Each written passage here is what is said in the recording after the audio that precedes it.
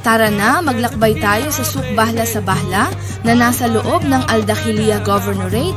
Ang Souk Bahla ay matatagpuan sa pangunahing daan patungo sa Bahla Fort at bahagi ito ng Owas, Bahla.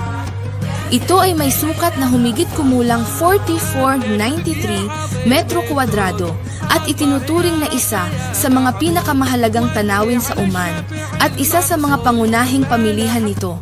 Ang pamilihan ay may 142 tindahan, 1 oras at 40 minuto. Ipinapakita nito ang iba't ibang lokal na produkto at ang pamilihan ay may aktibong galaw mula pa noong dekada 90 hanggang ngayon. Para mas makilala ang tanawin, pakisuyong iscan ang QR code at mag-enjoy sa isang natatanging karanasan sa Kashta